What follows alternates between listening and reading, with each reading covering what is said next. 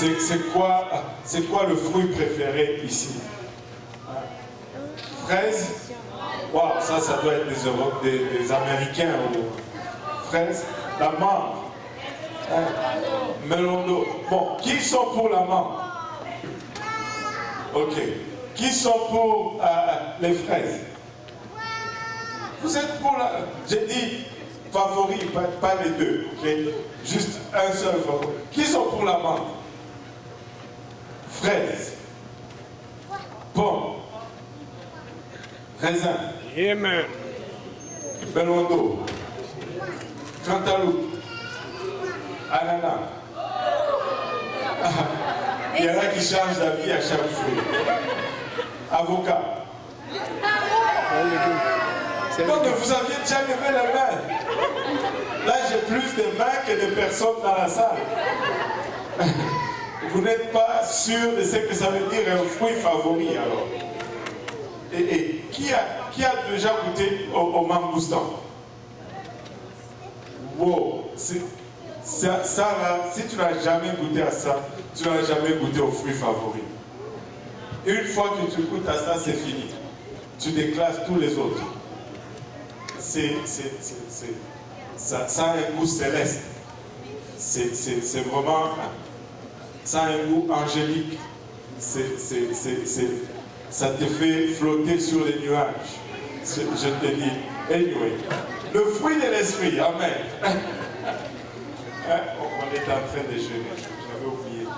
Maintenant, le fruit de l'esprit. Amen.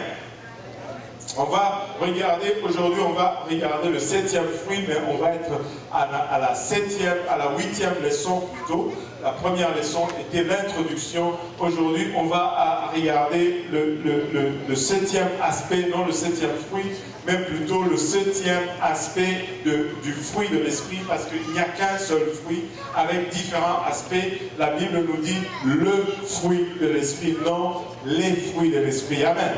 Galates 5, 22, si quelqu'un peut nous lire Galates 5, 22, et la Bible dit,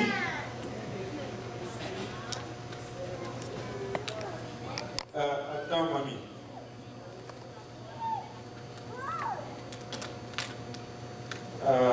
ici il n'y a pas de fruit.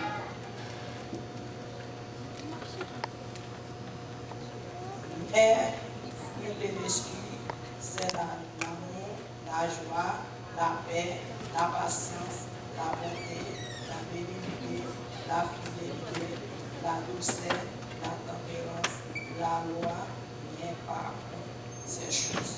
Alléluia. La loi n'est pas contre ces choses. Et pendant que la sœur Tilmé disait, moi je me rappelle dans ma tête, quand on avait commencé l'étude biblique chez la sœur Tilmé, il y a longtemps, peut-être 4 ans, 5 ans, plus. Quand on avait commencé, quand je venais à la maison pour faire l'étude biblique, 7 ans, 9 ans, presque 9 ans. Presque 9 ans. Et ça, je raconte ça partout où je vais quand je vais prêcher. Je suis allé chez la sœur Tilmé, on a commencé l'étude biblique. La sœur Tilmé m'a dit, pasteur, moi je ne sais pas lire. Mais je veux lire la parole de Dieu. Je lui ai dit, on va prier que Dieu t'apprenne à lire. Et Dieu lui a appris à lire. Elle a commencé à lire comme il lit là. C'est Dieu qui lui a montré à lire. Et elle a commencé à lire. Notre Dieu fait des prodiges. Amen. Alléluia. Juste extraordinaire. Et la fidélité. Aujourd'hui, on va parler de la fidélité. Et tout le monde dit la fidélité. Alléluia. Quand on parle de la fidélité, j'ai même peur de demander qu'est-ce que la fidélité signifie pour vous aujourd'hui. Parce que la fidélité n'est plus un mot très commun dans notre société. Nous l'utilisons souvent lors des anniversaires de mariage, On appelle ça un anniversaire d'argent. Est-ce qu'il y en a qui sait c'est quoi un anniversaire d'argent? Un anniversaire d'argent, un anniversaire de noces ou de mariage d'argent. 25 ans de mariage. Quand on a 25 ans de mariage, on va dire waouh, voilà, et on va utiliser le mot fidélité. Amen.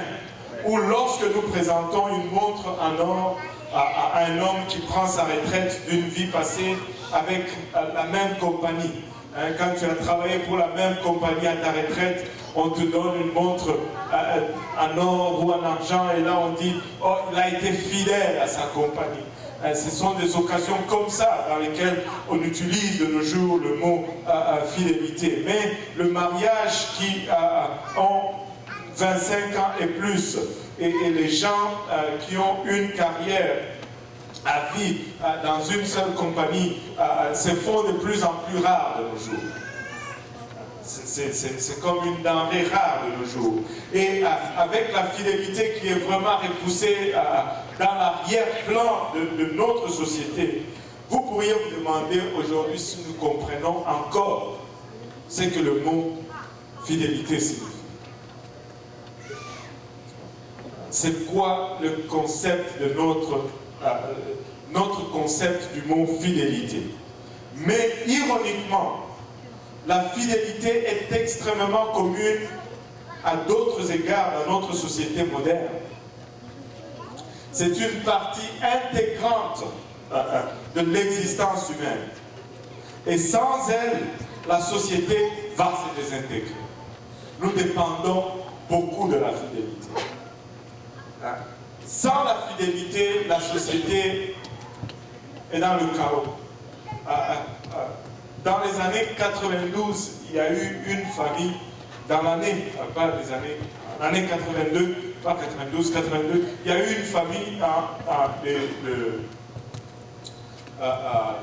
des faubourgs de Chicago, une histoire très triste. Ils sont, quand on vous dit, par exemple, quand on dit mot de tête, à quoi vous pensez?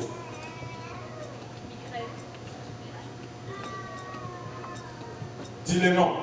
Les gens entendent dire les noms. Quand on dit mot de tête, les gens pensent dis les noms. Advil, je dirais, c'est un peu plus nouveau. Si tu es du Congo, tu vas penser aspirine.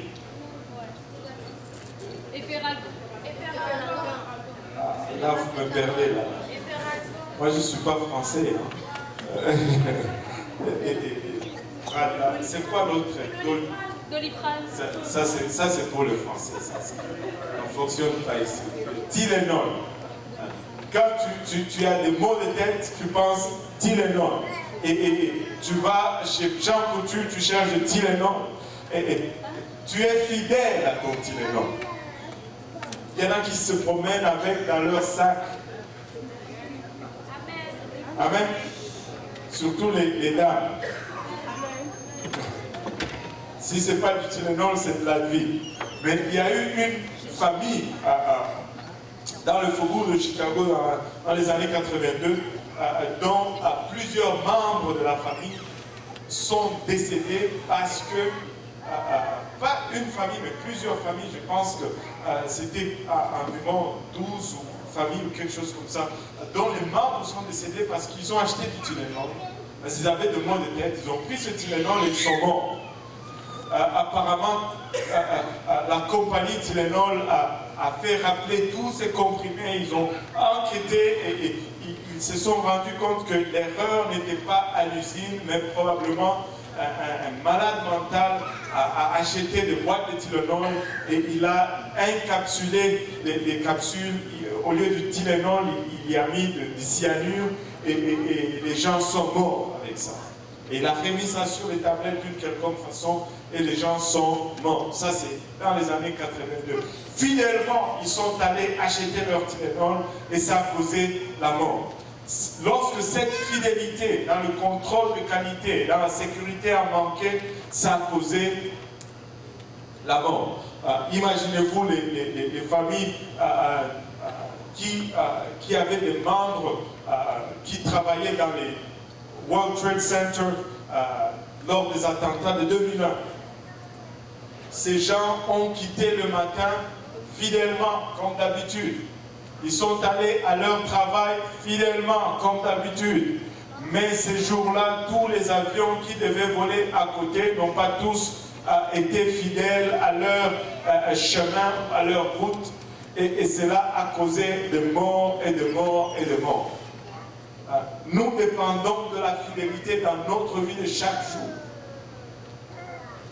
Même si nous ignorons la fidélité, même si nous la repoussons en arrière-plan, nous dépendons de la fidélité à notre société, de notre temps. Et c'est toujours un choc incroyable que de découvrir que quelque chose sur lequel nous nous sommes appuyés nous a laissé tomber. Et cela nous montre à quel point nous prenons la fidélité pour acquise. La fidélité est très importante. Elle est très importante pour le bien-être de l'homme. Parce que l'homme a été fait pour fonctionner sur le principe de la foi. Nous avons été créés pour fonctionner et opérer sur le principe de la foi. Vous me dites, mais comment ça, pasteur? Regardez ceci. Nous habitons une planète qui est suspendue sans moyen de soutien visible dans le vide. Et cette planète tourne constamment dans l'espace. Il n'y a rien que nous puissions faire pour perpétuer le processus, pour que le processus continue. Rien. Et rien que nous puissions faire pour le réparer si cela commençait à aller mal. Mais nous vivons sur la terre. Nous avons été conçus pour opérer par la foi. Vous pouvez me dire, ah pasteur, c'est Dieu, la terre, c'est non, Dieu, c'est la foi. Amen. T'es-tu déjà arrêté, tu penses, la terre, elle flotte dans le vide. Et elle flotte. Je ne sais pas si je suis le seul à avoir des idées comme ça, mais des fois, ça me passe la tête. Hein, tu rentres à la maison une nuit, il y a la pleine lune, et là, de l'autoroute, tu vois cette boule. J'ai toujours été fasciné par les étoiles, la lune. Dès mon enfance, j'aime les observer. Et là, tu vois cette lune, cette masse. Et là, tu te regardes et tu commences à penser, et si elle tombait subitement sur nous? Est-ce que ça t'a déjà traversé la tête? Mais nous dépendons du fait qu'elle va rester en place. Elle va rester fidèle à sa course ou à sa trajectoire. Amen. Regardons, revenons un peu sur terre, pour ne pas dire revenons un peu sur terre. Chaque jour, nous respirons de l'air que nous ne pouvons pas voir. Même maintenant, là, vous êtes en train de respirer. L'air que vous ne pouvez pas voir. Vous respirez quand même. Nous avons été conçus pour opérer par la foi. Amen. Nous mangeons des aliments que nous n'avons pas examinés. Qui a vraiment examiné son hamburger qu'il a acheté de chez McDonald's hier? Non. Tu achètes, tu manges. Et tu ne l'examines pas. Tu opères par la foi.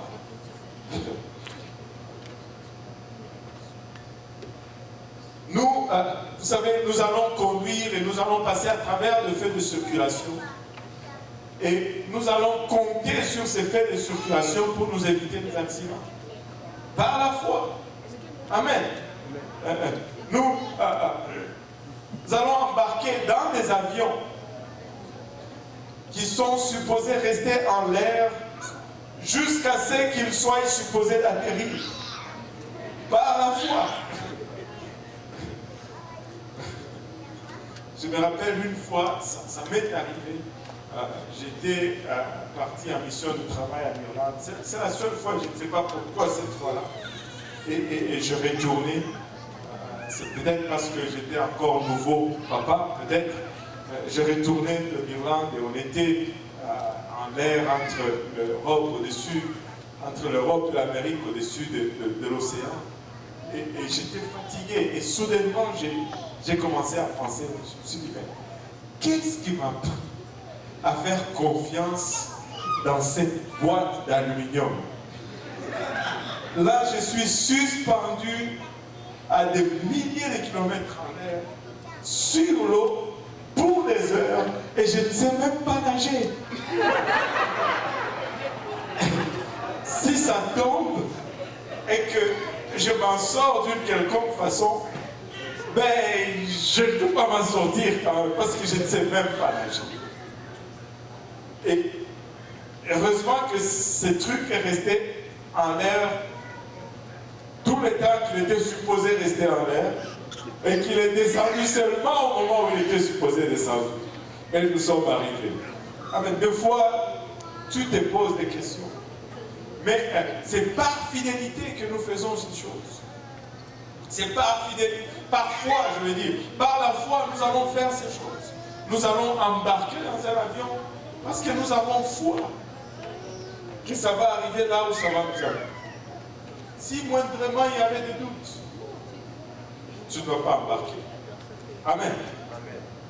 Donc l'homme est fait pour opérer par la foi. Nous dépendons totalement des choses qui nous sont extérieures et pour lesquelles nous n'avons même pas le contrôle. C'est ce qu'est la foi. La foi, c'est la dépendance. Chaque jour, nous nous réveillons, le sol va être là. La terre va nous porter. Ça va être du solide sur lequel nous allons marcher. Hébreux 1 nous dit, or la foi, Hébreux 11, verset 1 nous dit, Hébreux chapitre 11, verset 1 plutôt, et le verset 6. Nous dit ceci, or la foi est l'assurance des choses qu'on espère et la conviction de celles qu'on ne voit pas. Or, sans la foi, il est impossible de lui être agréable, car il faut que celui qui s'approche de Dieu croit que Dieu est et qu'il est le rémunérateur de tous ceux qui le cherchent. Nous avons été créés pour opérer par la foi. Parce que dès le départ, lorsque Dieu nous avait créés, il s'attendait que nous lui soyons agréables. Et si nous allons lui être agréables, nous devons être en mesure d'opérer par la foi. Et c'est pourquoi il nous a conçus, pour que nous puissions opérer par la foi. Toute la nature autour de nous a pour objet d'élever la foi en nous, de bâtir cette foi en nous. Quand tu observes la nature, tu dois avoir foi en Dieu. Tu dois avoir foi. Mais la foi sans fidélité est une foi mal placée. C'est une foi déplacée et qui va toujours finir par un désastre. S'il n'y a pas de fidélité et qu'il y a la foi, quelqu'un quelque part va se faire mal. S'il y a la foi et qu'il n'y a pas de fidélité, quelqu'un quelque part va récolter ce qu'il n'a pas souhaité récolter. Regardez ceci. S'il n'y a pas de fidélité dans la mécanique des avions, nous allons avoir des catastrophes parce que nous avons la foi de monter dans le La foi sans la fidélité produit un désastre. Ça produit un désastre. Ça produit une catastrophe. Et c'est pourquoi ces deux...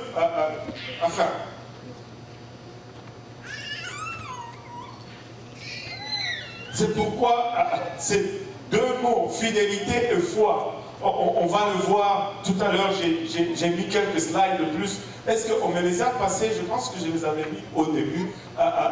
C'est pourquoi ces deux mots sont traduits indifféremment dans certaines versions. Si on revient à Galates 22, 5, 22, il y a 3 slides qui se répètent. Reviens encore. Ça, c'est Louis II, 1910, qui nous dit, celui qui était là, oui, Louis II, 1910, qui nous dit, mais le fruit de l'esprit, c'est l'amour, la joie, la paix, la patience, la bonté, la bénignité, la fidélité. Mais second 21e siècle nous dit ceci, mais le fruit de l'esprit, c'est l'amour, la joie, la paix, la patience, la bonté, la bienveillance, la foi. Une version traduit cela fidélité et l'autre traduit cela foi. Regardez, ça c'est parole de vie, je pense, le prochain parole de vie nous dit au contraire, voici ce que l'Esprit Saint produit. Amour, joie, paix, patience, bonté, service et puis confiance dans les autres. Confiance dans les autres. La foi, la fidélité, confiance dans les autres. Waouh! Confiance dans les autres. Parlons de relations. Est-ce que je peux avoir confiance que tu vas être fidèle? La fidélité génère la confiance. La fidélité génère la confiance. Quand tu es fidèle, les autres vont avoir confiance en toi. Amen. C'est de toute beauté. Le mot grec ici, qui est traduit par foi ou fidélité, c'est le mot pistis. Que tout le monde dise pistis. Voilà, vous parlez grec. Il peut être traduit également comme croyance, conviction, confiance, fidélité, fiabilité. Et le dernier mot, je l'ai inventé. Dépendabilité. Wow. Oui, je l'ai inventé. J'ai cherché quelque chose pour dire c'est à quoi on peut dépendre. Mais je n'ai pas trouvé. Vous pouvez l'ajouter, vous pouvez appeler l'Académie de langue française.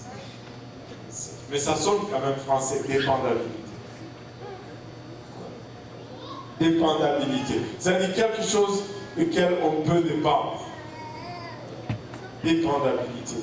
Hein, c'est très dépendable. Hein? C'est son français, quoi. Alléluia. Ça, c'est le mot grec duquel ce mot fidélité ou foi est traduit. Et Dieu est le meilleur exemple de la fidélité. Il est fidèle, même quand nous ne sommes pas fidèles. Dieu est l'exemple parfait de la fidélité. Et on va étudier un peu comment Dieu est fidèle, les différents aspects de la fidélité de Dieu. Regardez d'abord, avant qu'on entre dans ces détails, 2 Timothée chapitre 2, verset 13, nous dit, si nous sommes incrédules, lui demeure fidèle. Si nous sommes incrédules, lui demeure fidèle. Car il ne peut se relier lui-même. Il est fidèle. Même si tu lâches, lui, il tient son côté, il demeure fidèle. Dieu est fidèle. Dieu est dépendable. Alléluia. Regardez Apocalypse 19, 11. Dieu, c'est l'exemple ultime de la fidélité. C'est l'exemple parfait de la fidélité. Apocalypse 19, verset 11 nous dit, et je vis le ciel ouvert, et voici un cheval blanc, et celui qui est assis dessus, appelé fidèle et véritable, et il juge et combat en justice. Dieu est fidèle. Même lorsque nous sommes infidèles, Dieu demeure fidèle. Lorsque nous lâchons, Dieu demeure fidèle. Lorsque nous sommes infaillibles, Dieu demeure fidèle. Et c'est une chose qu'est de savoir que nous sommes en train de servir un Dieu fidèle. Nous pouvons dépendre de lui. Nous pouvons compter sur lui. Nous pouvons nous appuyer sur lui. Nous pouvons nous embarquer avec lui sans avoir peur. Amen. Que notre foi va conduire à un désastre. Dieu est fidèle. Dieu est fidèle. Et quand nous avons foi en lui, il n'y aura pas de catastrophe. Il n'y aura pas de désastre parce qu'il est fidèle. Il est fidèle. Dieu est fidèle. Dieu est fidèle en quoi? Ou Dieu est fidèle pourquoi? Regardez ceci. Dieu est fidèle pour me bénir. Dieu me bénit. C'est grâce à sa fidélité que je suis béni. Les bénédictions que nous recevons de la part de Dieu ne proviennent pas de notre bonté, ne proviennent pas de notre justice. C'est tout simplement le fruit de sa fidélité. C'est pourquoi les bénédictions ne sont jamais la mesure de notre relation avec Dieu.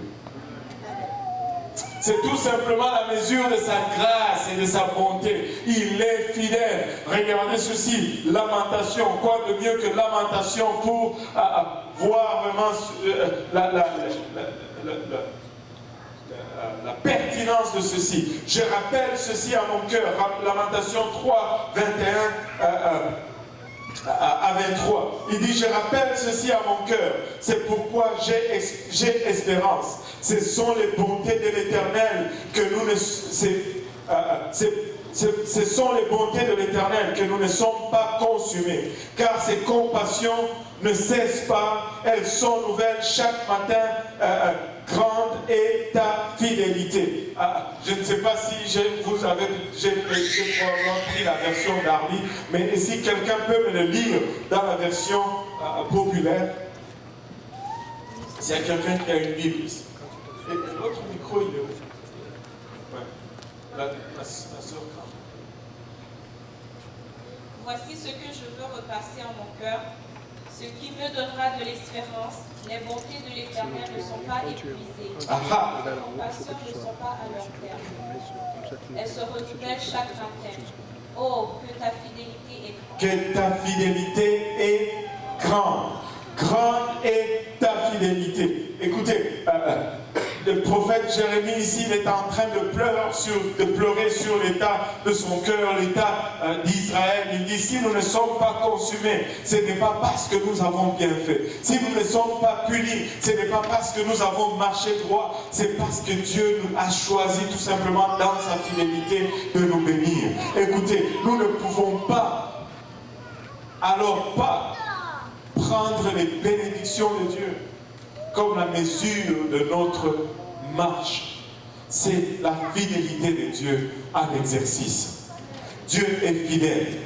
Dieu est fidèle. Et sa bonté est fidèle. Ses bénédictions sont fidèles. Nous pouvons compter sur cela. Même lorsque nous sommes infidèles, Dieu reste fidèle. Il est fidèle pour me bénir. Laissez-moi vous dire ceci. Il est fidèle pour te protéger.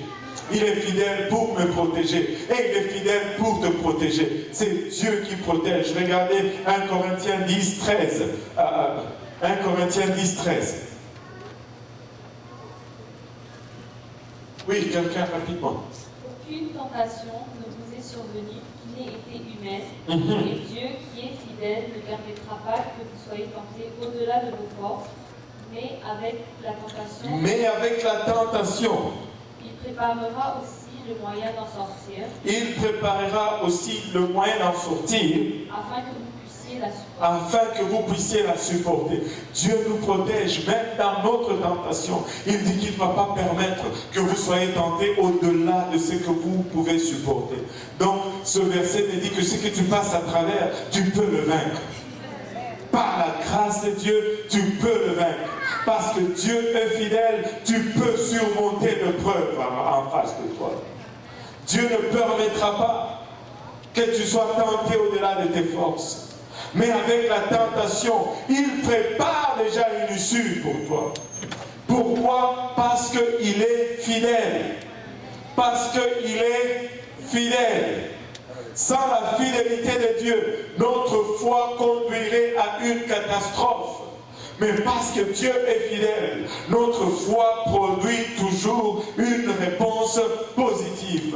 Oh, que Dieu est fidèle. Il est fidèle pourquoi? Il est fidèle pour me pardonner. Il est fidèle pour te pardonner. Dieu est fidèle dans son pardon. Et si nous sommes là aujourd'hui, c'est parce que Dieu est fidèle dans son pardon. S'il était moindrement infidèle dans son pardon, en un instant, ça serait une catastrophe. Ça serait une moitié de la terre qui serait déjà consumée. Dieu est fidèle. Il nous pardonne constamment.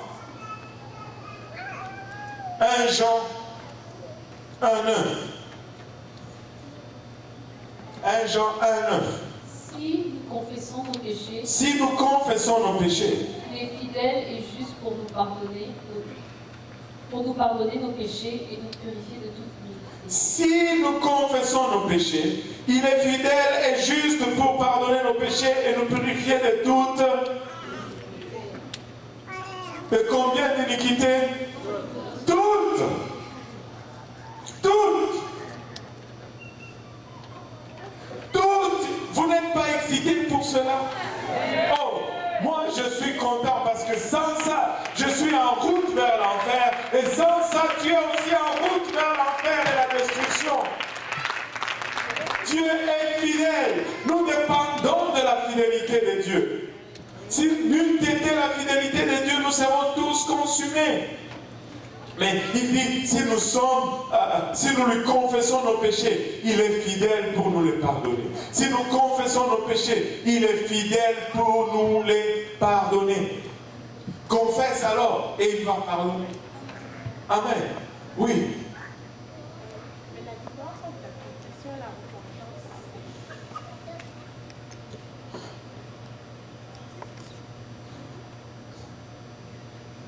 Bon.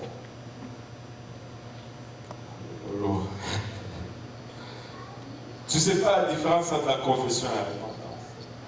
La repentance fait référence à moi, ce que je vais faire. La confession fait référence à ce que je dis à Dieu. Mais si je confesse seulement sans me repentir, ça ne marche pas non plus là. Mais tu ne peux pas toujours prendre un et rejeter l'autre dans la parole de Dieu. Il faut que ces principes rentrent dans nos têtes. Un principe n'élimine pas l'autre. Jamais. Ça ne rentre, ce n'est pas ça. Mais quand je vais à Dieu, avant de dire que je me répands, je dois faire une confession. Je dois lui dire, j'ai péché Seigneur. Et la repentance inclut la confession.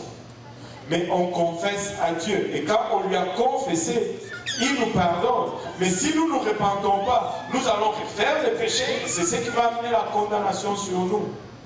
Amen. Alléluia. Mais quand nous confessons nos péchés à Dieu, il nous pardonne. Il nous pardonne. Il nous pardonne. Dieu est fidèle. Dieu est fidèle. Il est fidèle pour me garder. Il est fidèle pour me garder. C'est Dieu qui garde, c'est Dieu qui préserve. Il est fidèle. Tu ne vis pas par la grâce du diable, tu vis par la grâce de Dieu. Tu n'es pas en sursis sur ce que le diable, il y en a qui vivent comme s'ils vivaient par la grâce du diable. Non, on vit par la grâce de Dieu. Je ne suis pas en sursis sur ce que le diable va faire sur moi ou sur son plan sur moi. Écoutez, si ça ne dépendait que du diable, personne d'entre nous ne serait vivant aujourd'hui. Nous serions tous morts avant de connaître Dieu. Il allait nous zapper, nous tuer pour s'assurer que nous allons en enfer avec lui. Nous vivons par la grâce de Dieu et non par la grâce du diable. Dieu nous garde. N'eût été du Seigneur, le métro allait exploser, toutes les voitures allaient se cogner ici à l'intersection, la ville de Montréal au complet allait prendre feu et vous alliez tous brûler sans venir à l'église. Mais Dieu a dit, ils doivent aller écouter le fruit de l'esprit. Et il a arrêté tout cela. Le diable voudrait nous faire frire tous. Et ça lui ferait plaisir. Le diable est méchant. Je vous dis, le diable est très méchant. Je vais vous dire, il voudrait vous finir avant que vous ne connaissiez Dieu. il y a toujours cette histoire qui me revient de temps en temps. Souvent c'est Louis XIV qui était décapité. Louis XVI qui était décapité. Maintenant, Louis XVI décapité. Son fils était encore petit. Et là, la révolution rentre, décapite Louis XVI. Ils prennent le petit prince. Ils voulaient le décapiter aussi. Mais le petit était trop jeune. Je me rappelle plus, 6-7 ans. Et là, ces gens qui étaient tellement méchants disent, non, ne le décapitez pas tout de suite. Parce que si vous le décapitez comme ça, il est innocent. Et il va aller au ciel. Ça, c'était leur concept. On va mettre la sorcellerie en lui. On va lui pousser à commettre des péchés, à dire de mauvais mots et toutes ces choses. Et après là, on va le décapiter comme ça, il ira en enfer. Ça, c'est le diable. Et là, on a amené le petit chez un sorcier qui essayait de lui faire d'abord dire de mauvais mots, de jurons. Et vous pensez que dire de mauvais mots, c'est une banalité. Mais ça, c'était la première chose que le sorcier a voulu lui faire pour l'amener en enfer. Et quand il lui disait, répète, et le petit prince, il tapait ses pieds à terre et il dit, non, je ne peux pas dire ce mot. Je suis un prince.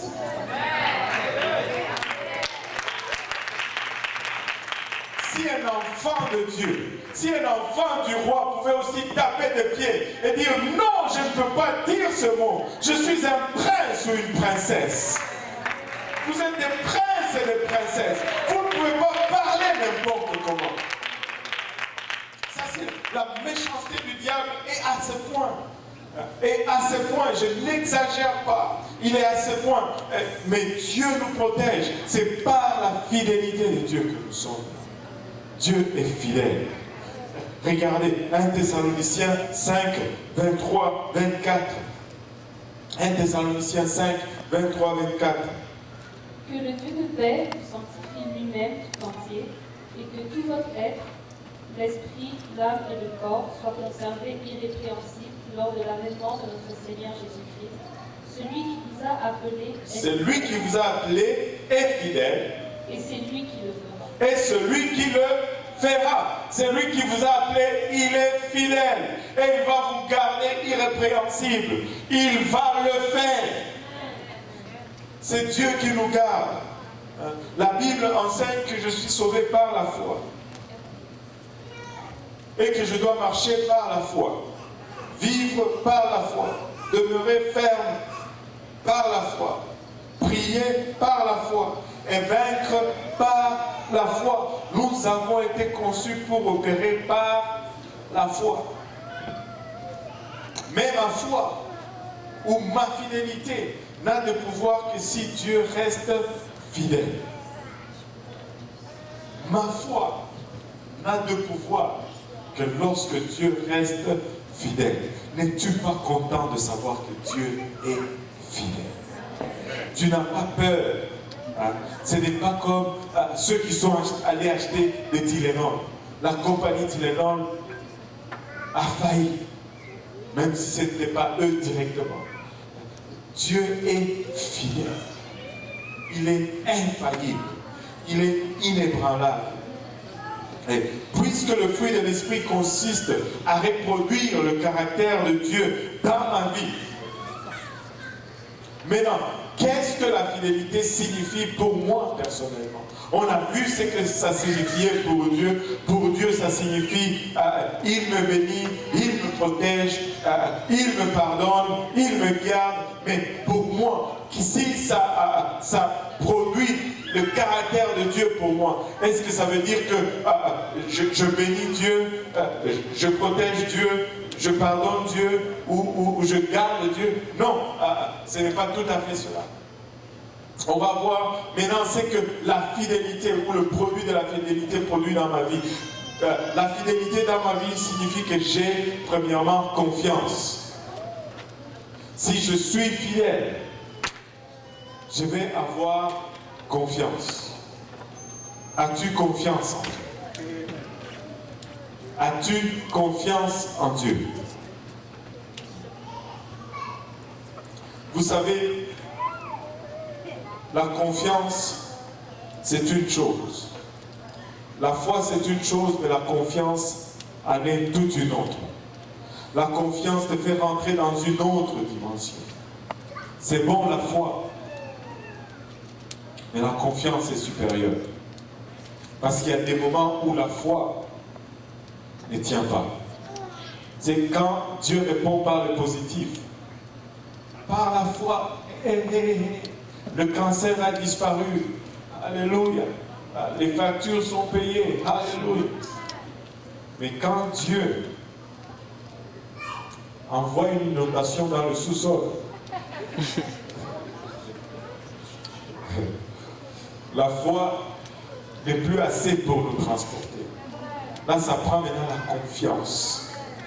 Je dois avoir confiance que Dieu va pourvoir pour réparer le sous-sol. Parce que la foi, là, elle ne va plus fonctionner. La confiance, la foi, c'est bon quand Dieu répond au positif. Mais quand Dieu ne répond pas au positif, ça prend la confiance. Je pense que la meilleure illustration de la confiance, c'est ces cavaliers qui allaient à cheval. Et puis là, il ne voyait pas la crévasse qui était en avant de lui. Bah, il tombe, et le cheval tombe, il tombe. Et là, par chance, la crévasse était profonde.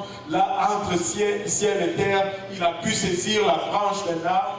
Et là, il est suspendu dans les airs, ne sachant pas comment remonter, ne sachant pas comment descendre en bas. C'était trop loin.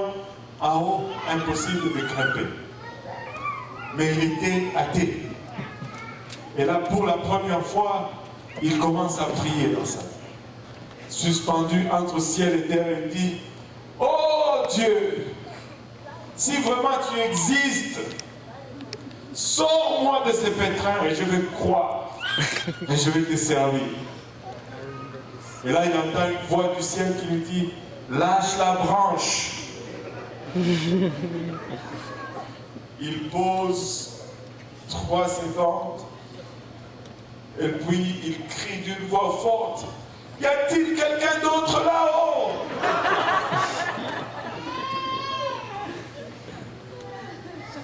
La confiance. La confiance. Quand Dieu ne répond pas au positif, la foi n'est pas assez pour nous transporter. Ça prend la confiance. Je dois avoir confiance. Regardez Apocalypse 2, verset 10. Apocalypse 2, 10. Ne crains pas ce que tu vas souffrir. Ne crains pas ce que tu vas souffrir. Aie confiance. Et regardez, Jésus est en train de parler aux églises ici. Il ne dit pas, ne crains pas. La souffrance ne viendra pas. Il dit, ne crains pas ce que tu vas souffrir. Assurément, tu vas souffrir. Mais ne crains pas. Amen. Ne crains pas ce que tu vas souffrir. Voici, le diable mettra quelques-uns de vous en prison, afin que vous soyez éprouvés, et vous aurez une tribulation de 10 jours. Sois fidèle jusqu'à la mort, et je te donnerai la couronne de la vie. Wow! Quel paradoxe! Si tu es fidèle jusqu'à la mort, je vais te donner la couronne. En fait, celui qui aime sa vie la perdra. Mais celui qui acceptera de perdre cette vie pour lui la préservera. En fait, notre Dieu, et tous les longs, on peut le voir que c'est vraiment un Dieu de paradoxe. C'est vraiment un Dieu de paradoxe. Il dit, sois fidèle jusqu'à la mort, et je te donnerai la couronne de la vie. Écoutez, nous pouvons être fidèles à Dieu. Bien que la sœur Evelyne qui veut être fidèle. Là, vous avez entendu la mort, tout le monde a zippé sa bouche. Nous pouvons être fidèles à Dieu. Oh là là. Aide-nous, Seigneur. Nous pouvons être fidèles à Dieu jusqu'à la mort. Et il dit, si vous faites cela, je vous donnerai maintenant la couronne de vie. Alors, arrêtez de débattre pour les petites choses. Il vous demande même votre vie. Alors, aïe, aïe, aïe. Nous devons être fidèles. La fidélité va produire la confiance en moi. Vous savez, Pierre était très confiant. Vous savez, c'est le même Pierre qui, avant la crucifixion, on lui dit, connais-tu cet homme? Non, je ne le connais pas. Toi, je pense que tu t'étais né avec eux. Non, moi, je ne l'ai jamais vu, je ne le connais pas. Il change de place. Toi, je pense que tu étais l'un d'eux. Il commence même à jurer. Gna, gna, gna, gna, gna, gna, moi, je ne connais pas cet homme. Le coq a sonné. Pierre pleure, il se répand, Dieu lui donne le Saint-Esprit, il a le fruit maintenant de l'Esprit, il commence à prêcher la parole, et tu sais, Hérode l'a fait arrêter, le fait jeter en prison, il tue Jacques, et il dit demain, Pierre, je vais t'exécuter. Écoute, si on te dit que demain on va te couper la tête, et qu'on a coupé la tête à ton compagnon aujourd'hui, qu'est-ce que tu fais la nuit? Même si tu disais, même si tu es de ceux qui disent toujours, pasteur, moi la nuit je n'arrive pas à prier, dès que je me mets à genoux, je m'endors. Cette nuit-là, tu ne vas pas dormir. Cette nuit-là, tu vas rester éveillé, je te dis. Mais Pierre, qu'est-ce qu'il fait?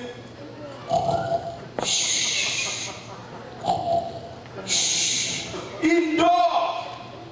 Pourquoi? Il a confiance en Dieu.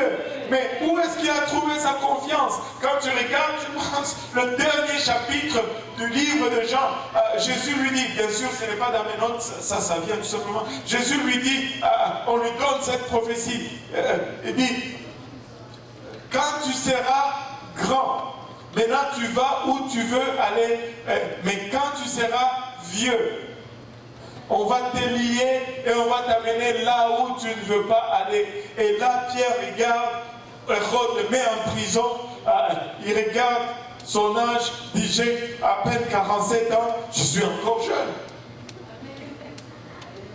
Il y en a qui ne l'ont pas catché. J'ai encore 47 ans, je suis encore jeune. Et il dort. L'ange vient le réveiller. L'ange devait lui donner un coup de pied dans le côte. Pierre, réveille-toi. Il se réveille. Pourquoi il dormait? Parce qu'il savait qu'il n'était pas encore vieux. Il avait confiance. Il avait confiance. Même face à cette menace qui pendait au lendemain, il dit, Jésus avait dit, quand je serai vieux. Jésus avait dit, quand je serai vieux, je ne suis pas encore vieux. Alléluia. Alors tu peux faire ce que tu veux. Tu peux planifier ce que tu veux. Moi, j'ai confiance en mon Dieu.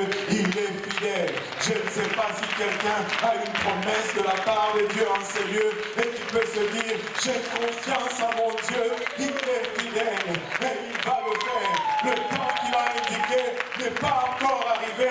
Alléluia. Diable, tu peux faire ce que tu veux. Les circonstances peuvent dicter ce qu'ils veulent dicter. Mais moi, ce qui va m'arriver sera dicté par sa parole. Parce qu'il est fidèle. Parce qu'il est fidèle. Alléluia.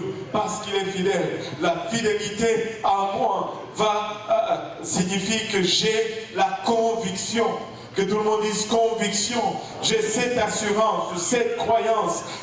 Et quand je suis fidèle à Dieu, quand l'Esprit de Dieu produit la fidélité en moi, et je ne bronche pas dans ma croyance. Je ne bronche pas dans ce que je crois. Il y a une conviction ferme en moi. Je demeure fidèle à l'enseignement. Je demeure fidèle à la doctrine. Je demeure fidèle à la vérité parce qu'il y a une conviction en moi. La fidélité va produire la conviction.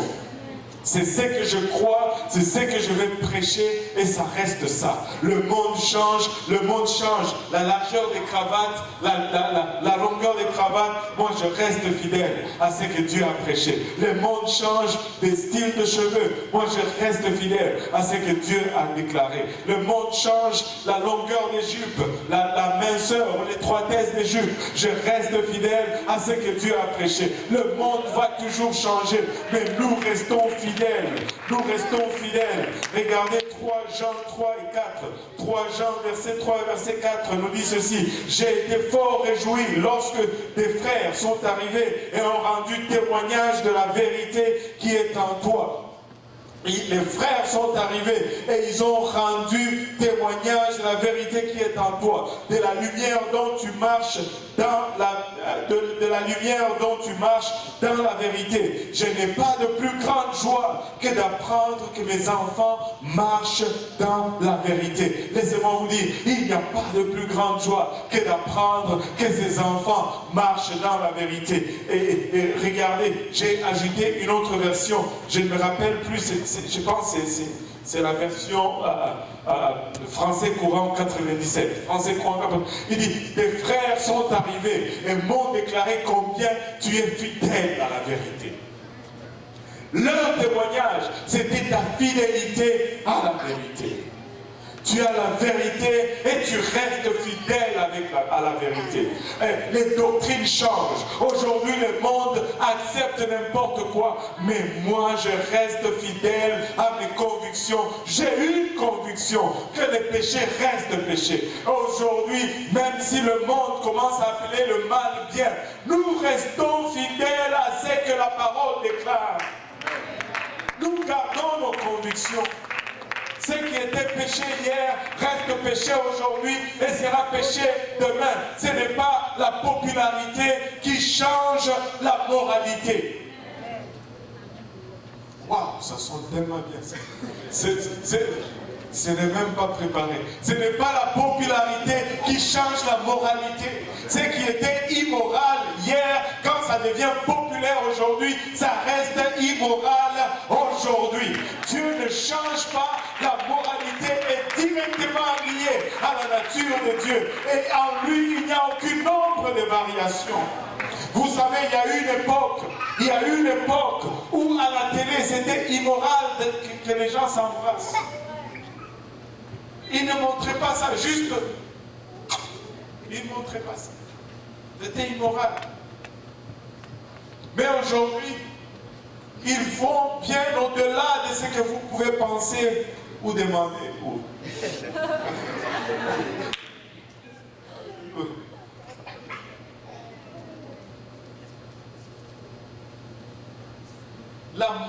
La popularité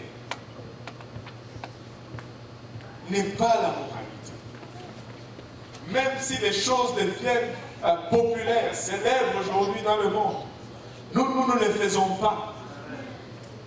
Parce que ça a toujours été, si ça a été immoral, ça reste immoral aujourd'hui. Amen. J'essaie de penser à quelque chose, mais je n'arrive pas. Bon. Le concubinage, c'est immoral. Amen. Le sexe avant le mariage, c'est immoral. La corruption, c'est immoral. Le mensonge, c'est immoral. Il n'y a pas de mensonge blanc. Il n'y en a pas. Il n'y a pas de mensonge blanc. C'est pas parce qu'un blanc ment que c'est correct.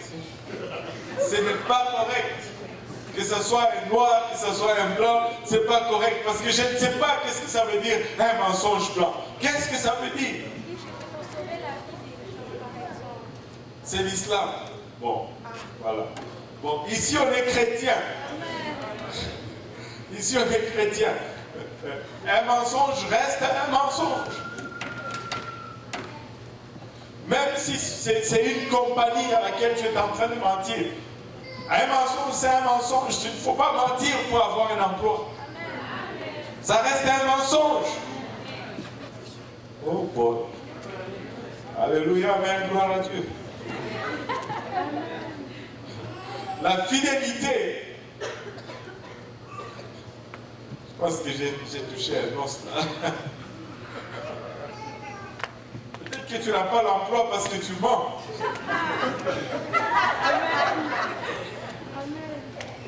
Parce que quand tu fais cela, Dieu retire sa bénédiction.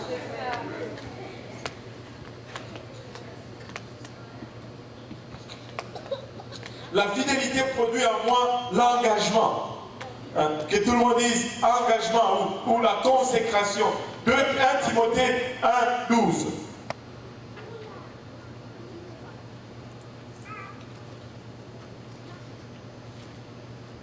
La consécration ou l'engagement. Et je rends grâce au Christ.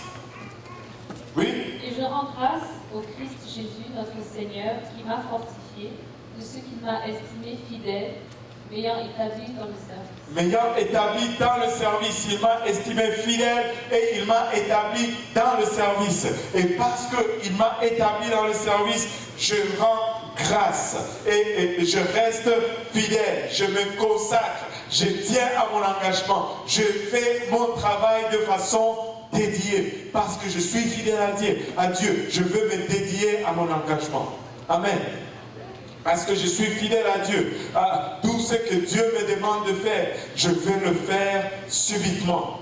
Je vais le faire promptement. Je vais le faire avec dévouement. Je vais le faire avec cœur. Non, juste pour me débarrasser d'une tâche. Non, je vais y mettre tout ce que j'ai. Et quand je reçois une responsabilité, ma marque de fidélité, c'est de m'engager et de tenir cette responsabilité jusqu'au bout.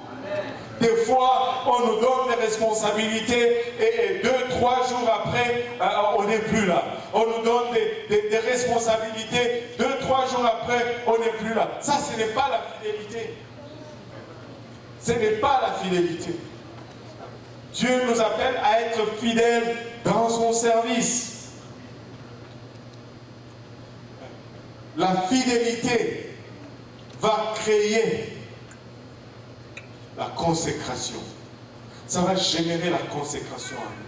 Si nous sommes fidèles à Dieu, nous allons être consacrés. Nous allons bien faire. Peu importe ce qu'on nous donne juste de nettoyer le sous-sol, je vous dis, ça va être le sous-sol le mieux nettoyé dans la ville. Qu'on nous donne juste de sortir le poubelle, et ça va être le poubelle le plus joyeux à être sorti, je vous dis. Ils vont être sortis avec danse. Qu'est-ce qu'il y a? Je suis en train de servir mon Dieu. Alléluia. Je sors les poubelles. Je suis fidèle à l'œuvre de Dieu. Je suis fidèle à l'œuvre de Dieu. Je ne le fais pas comme une corvée, je ne le fais pas comme un fardeau. Non, je dois encore aller à l'église. Il est mercredi soir. Et le pasteur qui a changé le programme, c'est pasteur aussi. Au moins, on avait un mercredi sur 2 où si je n'allais pas, je restais à la maison, personne ne s'en rendait vraiment jamais compte. Parce que c'était des groupes de fraternité dans différentes maisons. Mais maintenant, je dois... non! Je cours à l'église. Je suis content, je suis fidèle. Je suis consacré, je suis engagé. Je suis à mon poste. Je signe mes bottes, je prends mon arme, hop, à la main, marche, je vais à l'église. Oh, aide-nous, Seigneur. Aide-nous, Seigneur. Qui est content d'être là?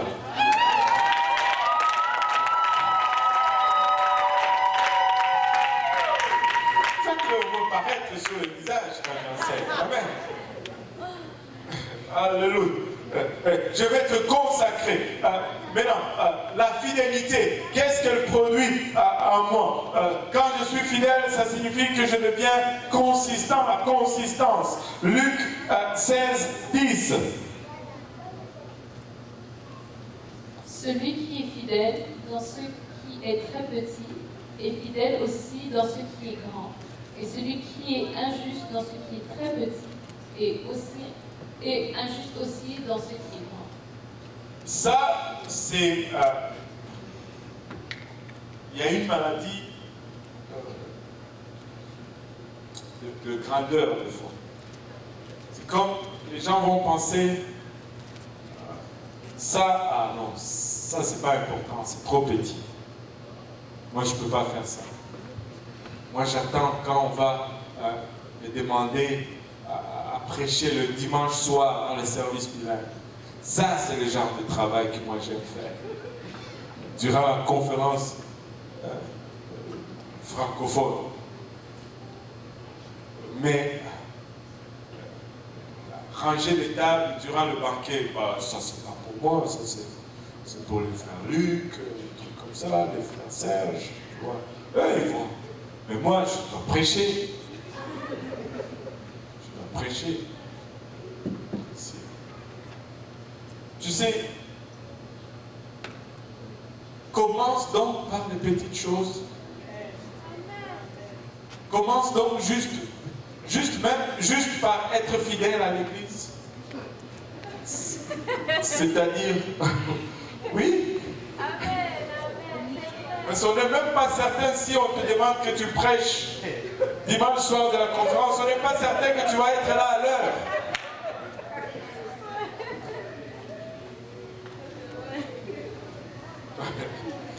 Alléluia. Sois fidèle dans les petites choses. Casse-toi d'abord. Écoutez, je l'ai toujours partagé avec plusieurs gens. Et tous ceux qui recherchent leur appel et tout ça. Écoutez, j'ai recherché l'appel. Même là, moi, j'ai des problèmes un peu avec ce vocabulaire-là. Honnêtement, moi, j'ai fouillé mon appel. Je fouillais mon appel. Et rechercher l'appel enfin. Ok. Mettons qu'on recherche l'appel. Et je comprends peut-être ce que vous voulez dire. Mais ok, tu recherches l'appel. Mais ne cours pas après les opportunités. C'est très dangereux. Et j'ai toujours donné à tous ceux qui me consultent cet exemple. Regardez David. Vous savez, la royauté était la chose la plus convoitée en Israël. Samuel est venu à la maison pour oindre un roi. Et ses frères étaient tous à la maison, avec leurs muscles royaux et leur stature royale, attendant que le prophète verse de l'huile sur leur tête. C'est moi qui vais être roi, c'est moi qui vais être roi. Toi, petit David, on a besoin de quelqu'un pour garder les brebis dans le bois. Ça, ce sont les choses des grands. Toi, tu ne peux pas être là. Va garder. Ok. L'Éternel est mon berger. Et il est allé garder ses brebis. Mais vous savez, Samuel vient. Oh, pas lui. Oh, pas lui. Oh, pas elle. Pas elle. Pas elle. Et puis, il s'écrase la tête. Il dit, mais est-ce que c'est là tous les enfants? Et le père de David, le père dit, ah, il y en a un autre. Un insignifiant, tout petit, il est dehors. On n'a pas jugé bon qu'il soit là pour l'occasion parce que les sorts, c'est impossible que ça tombe sur lui. Samuel dit, non, on ne commence pas jusqu'à ce qu'il soit venu. Hey David, ton père t'appelle. Oh, papa m'appelle. Oui, papa. Samuel le voit venir de loin. C'est lui. Oin-les. L'huile sur lui. Et tous les autres regardent. Mais comment? Lui. Il dit oui, lui. Mais le problème avec David, c'est que pendant que les autres étaient à la maison, en train d'attendre le couronnement, lui, il était dans le champ, en train de veiller sur les brebis de son père. Il était en train de travailler. Et l'appel va te trouver là où tu es en train de travailler. Commence à veiller sur les brebis de ton père. Oh, celui-ci a besoin. Oh, celui-ci a besoin. Oh, celui-là. Veille sur les brebis de ton père. Et c'est là où l'appel va te trouver. Viens prêcher à la conférence dimanche soir. C'est là où l'appel va te trouver. Amen. Fais ce qu'il y a à faire. Et Dieu va te rencontrer. L'appel de Dieu te rencontre toujours là où tu es en train de travailler. S'il faut ramasser les papiers, ramasse les papiers. Dieu va te trouver là où tu es. Tu n'as pas besoin de courir. Dieu te trouve là où tu es. Oh, je dois avancer encore. Oh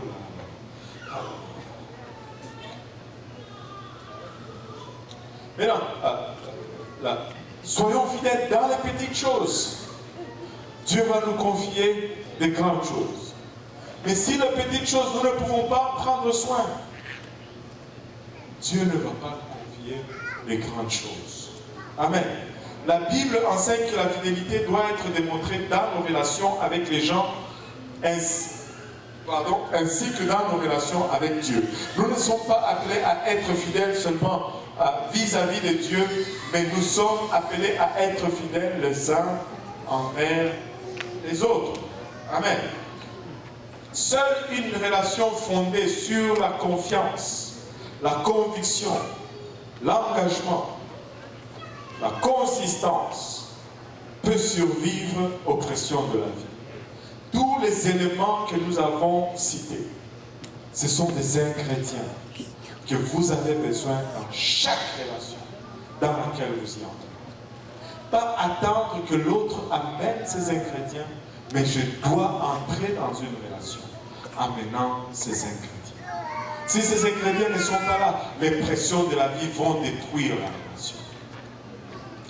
S'il n'y a pas la confiance, s'il n'y a pas la conviction, s'il n'y a pas l'engagement, s'il n'y a pas la consistance, ça va détruire, ça va exploser aux pressions. Rappelez-vous que la foi ou la fidélité, c'est la dépendance. Si tu vas être fidèle à quelqu'un, tu vas dépendre de quelqu'un. Et si quelqu'un va être fidèle à toi, c'est-à-dire qu'il dépend de toi. Vous savez, il y a des gens de qui je dépends parce qu'ils sont fidèles. Et à chaque fois que je leur donne une tâche, je peux être sûr que ça va être fait. Et je dépends de ces gens parce qu'ils sont fidèles. Leur fidélité produit une dépendance de ma part. Et quand tu es fidèle, tu vas produire de la dépendance.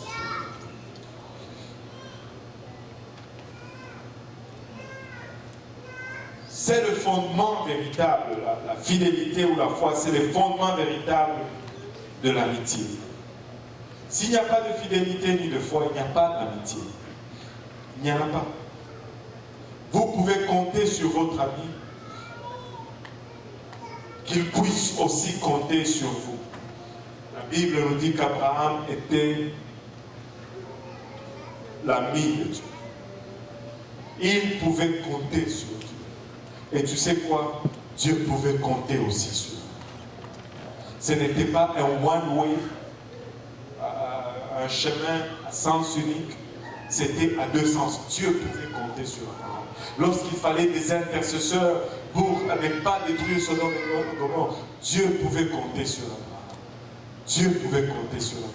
Lorsqu'il lui demande de lui offrir son fils en sacrifice, Dieu pouvait compter sur Abraham. Les traits mentionnés ci-dessus sont invisibles pour l'observateur occasionnel. C'est-à-dire, si je t'observe comme ça de temps en temps, sans vraiment passer du temps avec toi, je ne veux pas voir vraiment ta constance, je ne veux pas voir ta conviction, je ne veux pas voir ta confiance, ni ta fidélité, toutes ces choses. Mais c'est douloureusement évident pour ceux qui vous connaissent lorsque ces traits manquent, lorsque ces caractères manquent. Ça crée des blessures autour de ceux qui sont le plus proches de nous. Et la fidélité à Dieu se trouve dans les habitudes de notre vie que personne d'autre ne peut voir. Nous sommes fidèles à Dieu, mais c'est là où personne ne voit que nous démontrons notre fidélité à Dieu. à l'heure de la nuit, là où personne n'est là pour voir ce que tu fais. C'est là où nous démontrons notre fidélité à Dieu. Là, dans un pays étranger, là tu es dans une chambre d'hôtel, là où personne ne peut te voir. C'est là où nous démontrons notre fidélité à Dieu. Tu dis, Seigneur, je te suis fidèle. Je ne veux pas le faire. Je te suis fidèle. Je ne veux pas regarder cela. Je te suis fidèle. Je ne veux pas aller à cette vie. Je te suis fidèle. Je vais faire ceci. Parce que je suis fidèle. Même lorsque on ne me regarde pas. Aujourd'hui,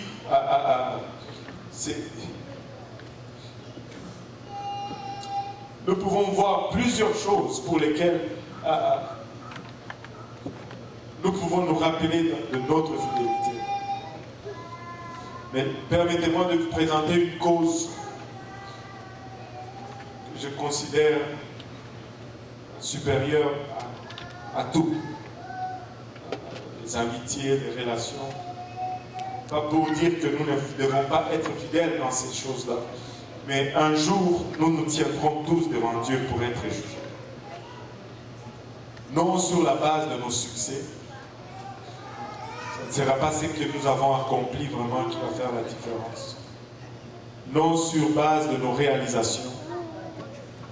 Non sur base de nos talents ou de notre réputation. Même pas sur base de nos sacrifices. Mais uniquement sur la base de notre fidélité. Avons-nous été fidèles? Regardez Matthieu 25, verset 21, nous dit, son maître lui dit, bien, bon et fidèle serviteur. Tu as été fidèle à un peu de choses, je t'établirai sur beaucoup. Entre dans la joie de ton maître. Fidélité. La fidélité. 1 Corinthiens 4, si quelqu'un peut nous lire 1 Corinthiens 4. Au reste, ce qui est requis dans les administrateurs, c'est qu'un homme soit trouvé fidèle. Sois toujours fidèle. Tu dis, ben, ça, ce sont des administrateurs. Ou qu'est-ce que ça dit dans le Louis II? Ça dit administrateur aussi. Ça dit administrateur. Dans Louis II, 1910. 1 Corinthiens 4, 2. Quelqu'un peut me le lire? Du reste, ce qu'on demande les dispensateurs, c'est Voilà. que chacun soit trouvé fidèle. C'est qu'on dit ici administrateur, mais là il nous dit dispensateur. Administrer, ça veut dire gérer. Dispenser, ça veut dire distribuer ou partager. Deux sens qui peuvent avoir tendance à dire le contraire. Mais quand tu administres les choses de Dieu, c'est parce que tu es juste en train de servir, en train de donner. Et c'est ça l'œuvre de Dieu. Nous sommes des dispensateurs. Mais Dieu attend de chacun de nous. Nous sommes tous, il n'y a pas que le pasteur Luc qui est administrateur ou dispensateur, ou parce qu'il est pasteur, ou qu'il a une licence UPC. Non. C'est pas ça. Nous sommes tous les dispensateurs de la grâce. En fait, hier, la nuit, j'ai parlé à ma femme et j'ai commencé à méditer sur quelque chose qui m'est sorti d'une conversation, c'est sorti comme ça, mais c'est tellement vrai, c'est tellement vrai. Qu'avons-nous reçu de la part de Dieu? Nous sommes récipiendaires de la grâce de Dieu. Dieu nous a donné la grâce. Mais d'où vient la colère? Nous avons reçu la grâce de la part de Dieu. Soyons aussi des dispensateurs de la grâce. C'est ce que Dieu nous a donné. Dispensons la grâce. Nous sommes des dispensateurs de la grâce. Et nous sommes tous dispensateurs. Ce n'est pas seulement aux ministres, ou responsable du département ou quelque chose, c'est pour nous tous. Nous sommes tous dispensateurs. Parce que nous sommes tous récipiendaires de la grâce. Parole de vie nous dit, finalement, ce qu'on demande à des responsables, c'est d'être fidèles. finalement, ce qu'on demande à des responsables, c'est d'être fidèles. Maintenant, quand on dit responsable, vous voyez tout de suite le frère Serge. C'est bon, vous posez une question. Qui est irresponsable ici?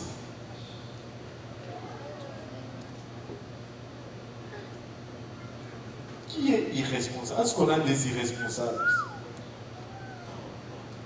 Donc nous sommes tous responsables.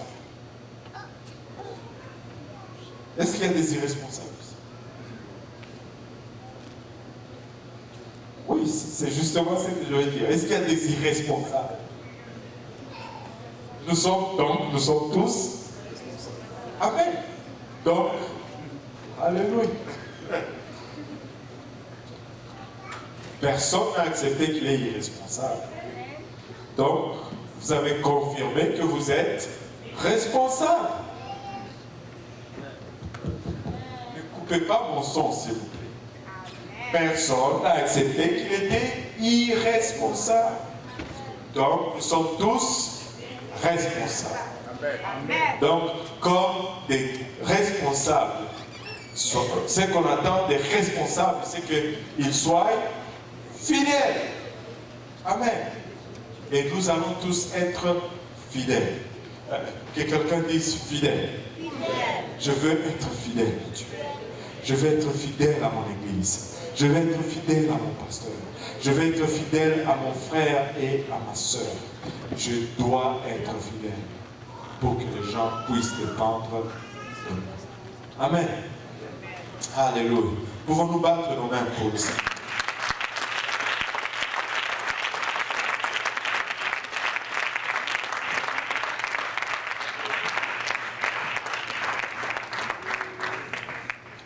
Est-ce qu'il y a des questions par rapport à la leçon? Comme nous sommes tous responsables, il n'y a pas de questions. Non, c'est cool. Mais non, on va juste, comme nous avons produit beaucoup de fruits, ça fait 8 semaines que nous sommes en train de produire le fruit. Quand un arbre commence à produire le fruit, c'est que l'arbre est arrivé à maturité. C'est un arbre. Mais non, nous sommes en train vraiment d'entrer dans la semaine de la conférence francophone. Et nous voulons voir tous ces arbres produire le fruit durant la conférence. Amen. Nous voulons tous être responsables. Maintenant, laissez-moi vous dire ceci. On va un peu parler entre nous. Le moment de la conférence, c'est vraiment... c'est toujours un point culminant de l'année. C'est là où on oublie nos chicanes. Si j'avais des chicanes avec le pasteur Serge, quand on arrive à la conférence, moi j'oublie ça, je lui pardonne et il me pardonne. Et puis, alléluia, on entre dans le service parce qu'on ne veut pas entraver la main de Dieu. Amen. Donc, si tu as des comptes à régler, s'il te plaît, jusqu'à dimanche, règle-les. Amen. Comme ça, on entre dans la conférence, tout le monde sourit à tout le monde. N'importe qui est devant toi, tu souris. Amen. Tout le monde sourit, sourit, sourit, sourit. Alléluia. Déjà, si tu fais ça, on a déjà fait comme genre 50% du travail. Nous allons être souriants. Nous allons être accueillants. Amen. Qui aime aller à l'hôpital et arriver là-bas 30 minutes avant que l'infirmière ne lui parle? Alléluia. Ce n'est pas le travail des huissiers, c'est notre travail à tous. C'est notre maison. Quand quelqu'un vient chez nous, je m'attends à ce que tous mes enfants les saluent. Pourquoi on fait cela? Parce que c'est leur maison à eux. Amen. C'est notre maison à tous. Ce n'est pas le travail de l'huissier. Si quelqu'un de nouveau entre, traverse les portes, écoute, avant d'arriver à la place où il va s'asseoir, il devait avoir salué au moins 24 personnes. Récolter au moins 24 sourires. Oh, ça va bien. La première fois que je vous vois. Oh, bienvenue parmi nous. Et s'il y a quelqu'un en particulier qui vous a invité, je vais le chercher. Voilà. Vous pouvez vous asseoir là, c'est bien. Ici, les toilettes, c'est en bas. On a une fontaine à côté. Donc, si vous avez voilà. Des biscuits. Non, pas des biscuits. Je voulais vérifier si vous suiviez. Si vous étiez tellement figé, je voulais être sûr que vous êtes en train de suivre. Soyez courtois. C'est chez nous. Regarde ton voisin, dis-lui, c'est chez toi ici.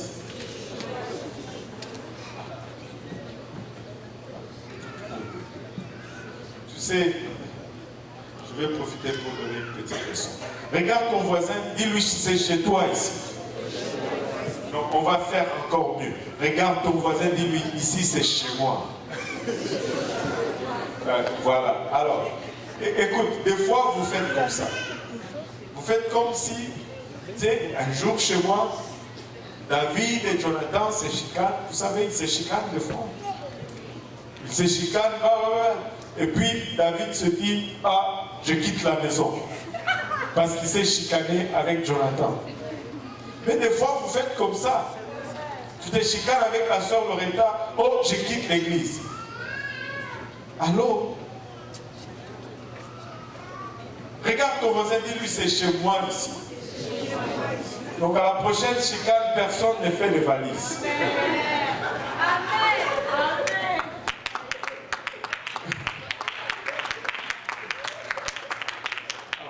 Vu que c'est chez vous, vous accueillez les gens. Mettez-les à l'aise. Écoutez, c'est notre travail. C'est là les petites choses dans lesquelles nous devons être fidèles. Soyons sensibles à ces gens. Il va y avoir des gens, ça va être pour la première fois qu'ils vont se retrouver dans un environnement comme ça. Ne soyez pas à leur côté en faisant le statut pour Jésus. Écoutez, le statut pour Jésus, c'est pas bon. Si tu veux que la personne à côté de toi adore, adore.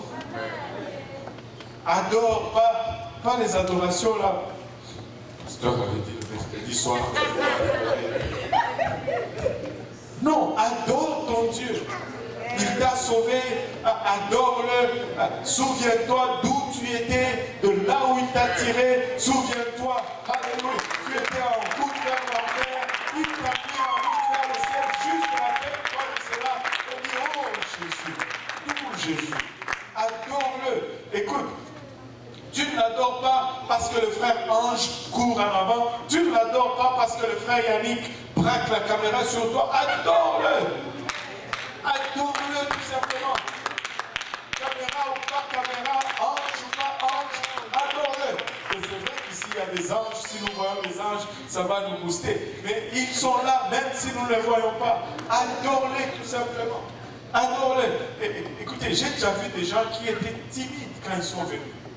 J'étais, wow, c'est quoi cette folie dans cette place? Certains d'entre vous sont encore là. Vous étiez là, vous étiez dit, c'est quoi ça? Ils sont très désordonnés, ça court de partout, ça n'a aucun respect pour Dieu. Et là, quand on commence à vous parler du respect pour Dieu, vous dites, vous exagérez. C'est comme ça.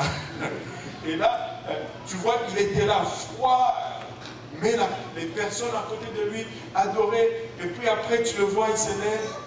Il commence à battre les mains. Il commence à se détendre. Et finalement, c'est pas si pire. Et 3 semaines après, tu le vois, il court aussi à la main. Il invente même des nouveaux trucs qu'on ne connaissait pas. Adore, ne reste pas, parce que si tu n'adores pas, le visiteur à côté de toi ne va pas bouger. Il va trouver ça encore plus étrange. On fait l'appel à l'hôtel. Lève-toi, viens en avant. L'appel à l'autel, c'est le moment le plus crucial, le moment le plus important du service. C'est là où les gens font leurs décisions. C'est là où on a l'opportunité de prier pour eux. Viens en avant. Même si tu as prié toute la nuit et que Dieu t'a pardonné même les péchés 10 ans d'avance, viens quand même prier.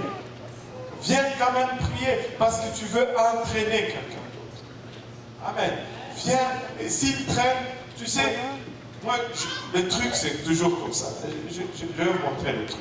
Tu vois, lui, mettons que c'est le nouveau, moi, je suis l'ancien. L'appel à l'hôtel, allons à l'hôtel.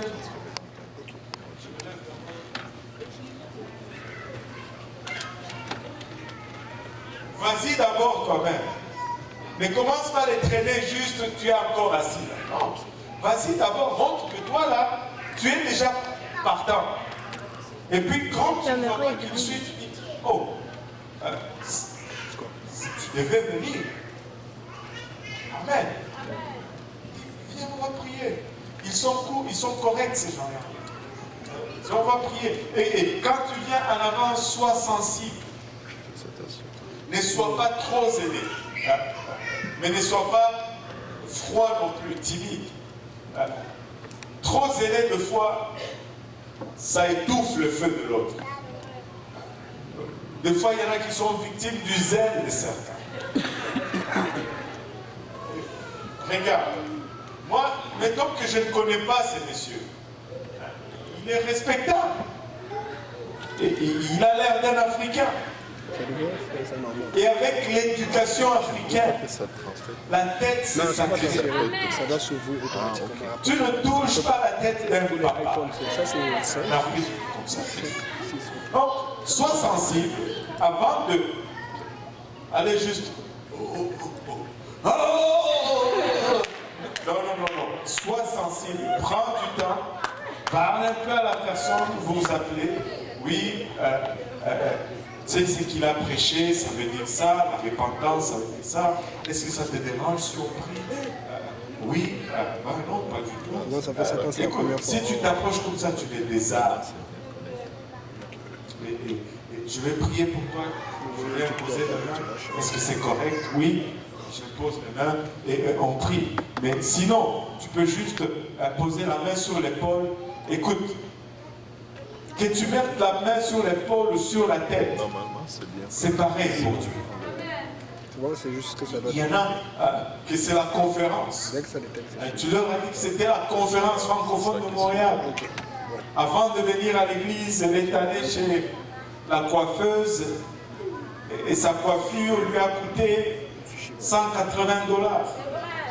Et là, elle vient à l'église, même quand elle prie, toutes ses idées, c'est sur ses cheveux, mes cheveux, mes cheveux, mes cheveux. Et toi, tu viens avec ta main pleine dans les cheveux de $180. On ne va plus prier. On ne va plus prier. Donc, sois conscient de cela. Et quand tu pries, tu mets la main sur quelqu'un. Il y a ceux qui sont trop zélés, ils vont tuer le zèle de certains. Alléluia, alléluia, laisse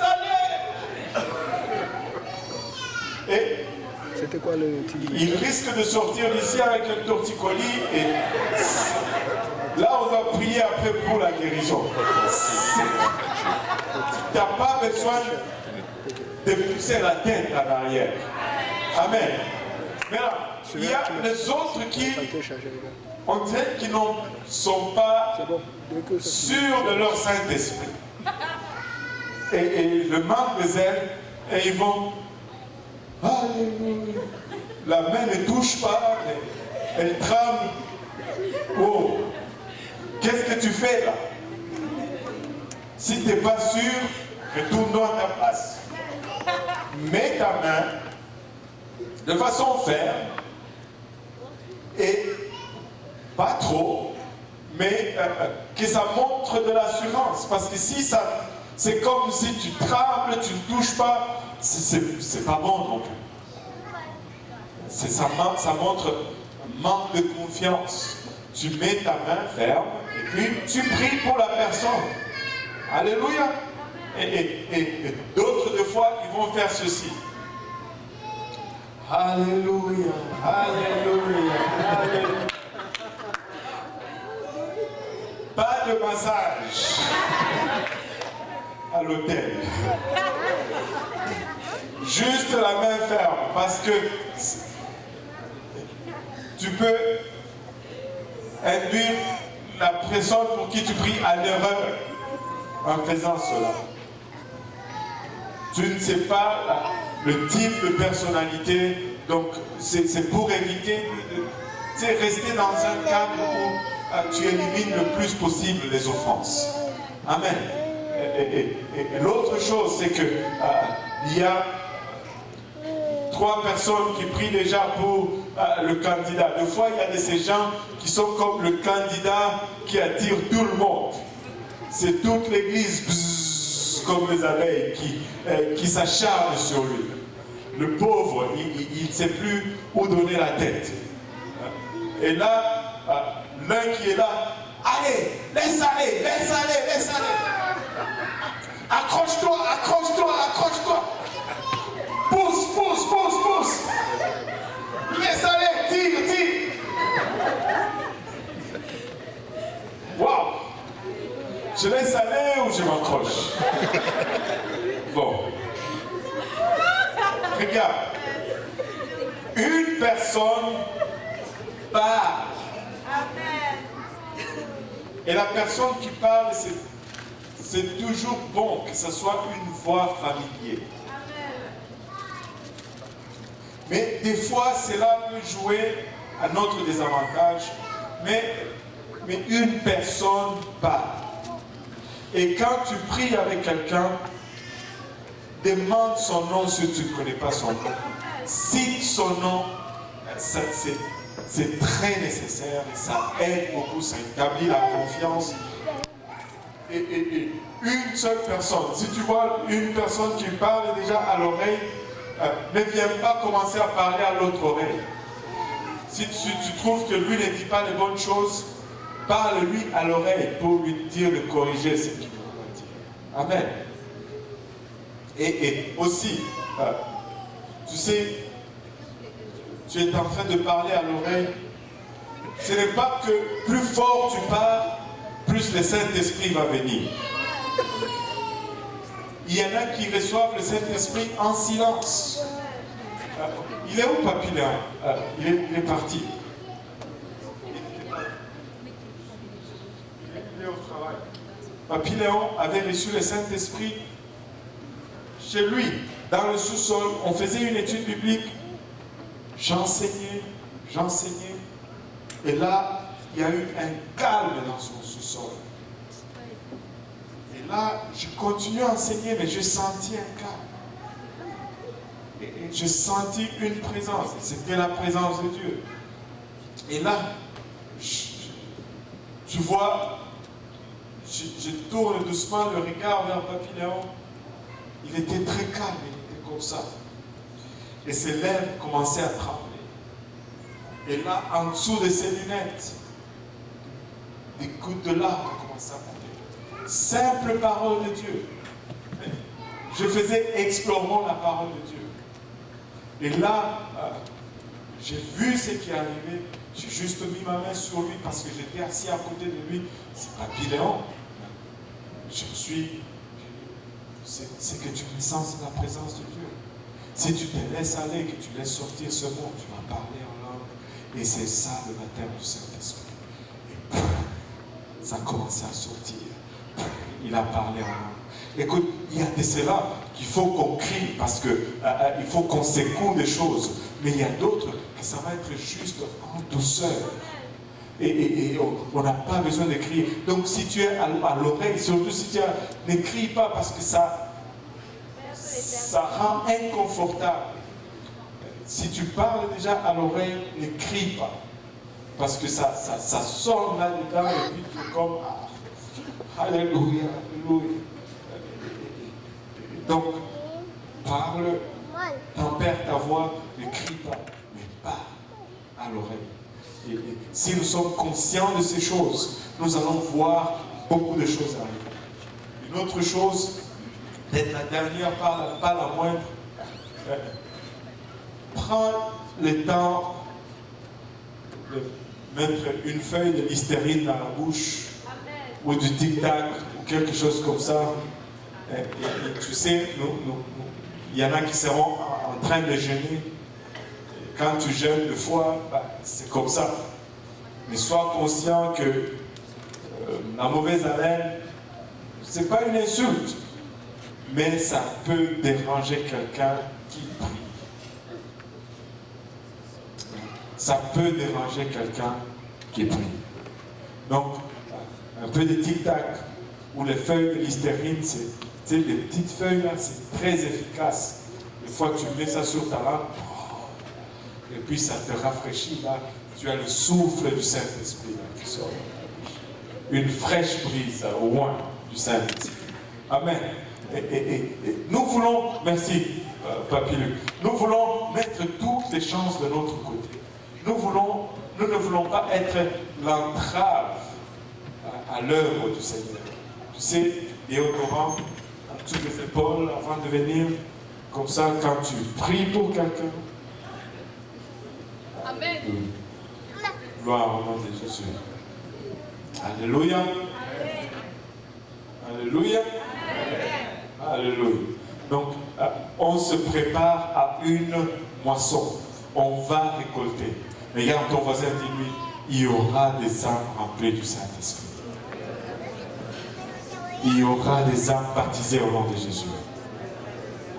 Et il y aura des prodiges et des miracles. Alléluia. En nous levant tous ensemble.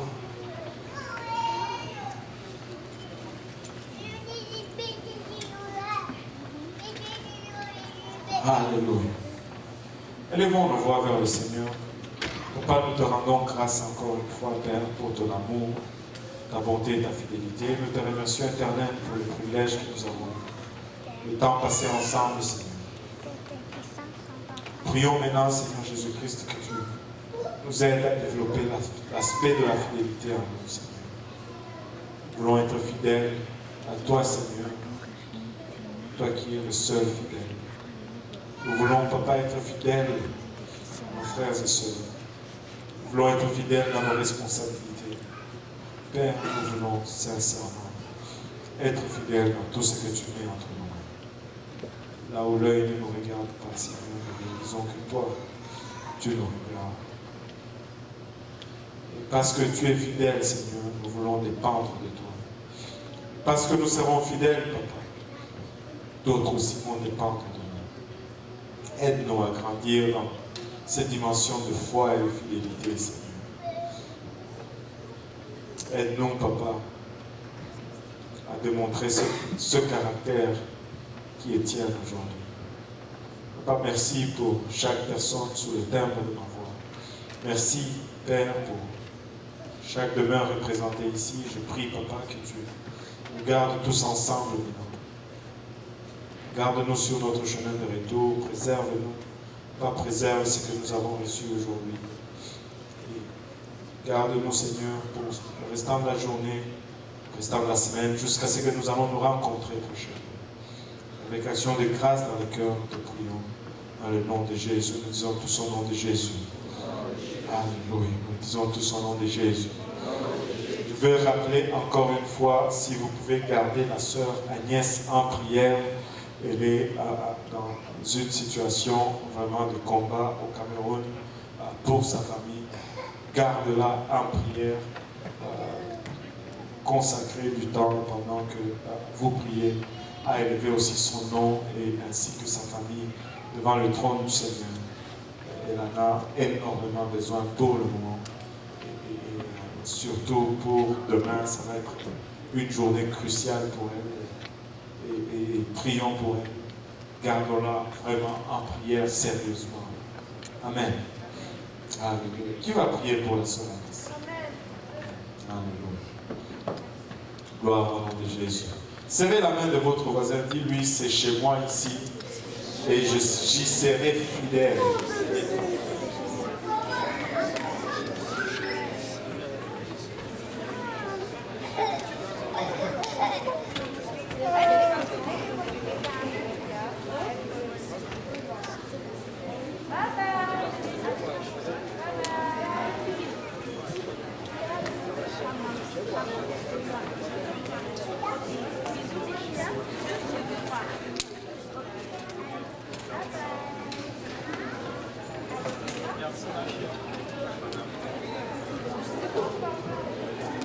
Je n'ai même pas vu.